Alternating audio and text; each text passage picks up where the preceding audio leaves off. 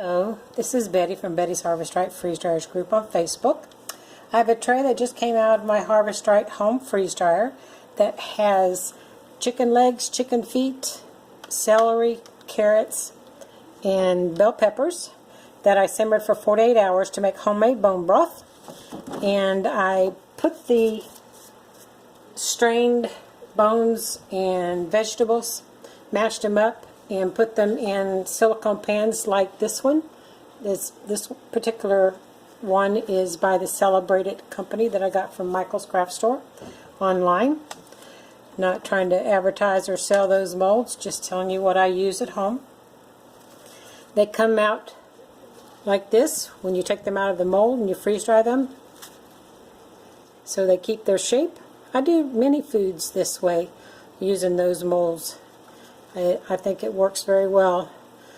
Everybody always asks, can you do bones in the freeze dryer? Well, I tell them no, or have in the past, because the bones really prevent your meat from getting dry up close to the bones, or at least it has for me, so I always debone my meats. And when I very first started freeze drying, I tried some T-bone steaks with the bones in, and they went through 2 full cycles, and then I finally just removed the bones out of it and dried it some more. Finally dried. But what this is not your normal bone structure, because it was simmered for 48 hours to make bone broth. And then I strained the broth off and took all the pulp from the meat and the vegetables, put them in those molds to pre-freeze. That's one of the bones right there that I mashed, because I didn't puree this. I just sort of chopped it where it was small and put it right into the molds. I'm going to use this for pet food for the cats and the dogs, my granddoggies and grandcats actually. So I think it did very well. This was a test of mine.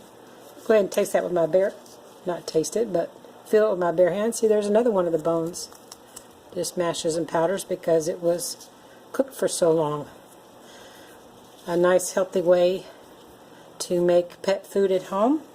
If you come join my Facebook group, Betty's Harvest Right Freeze Dryers group, we have many discussions on making homemade dog food, cat food.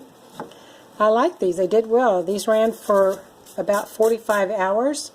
I used a 9-hour freeze because they were pre-frozen. So I went ahead and just used the 9-hour freeze and a 10.5-hour dry cycle.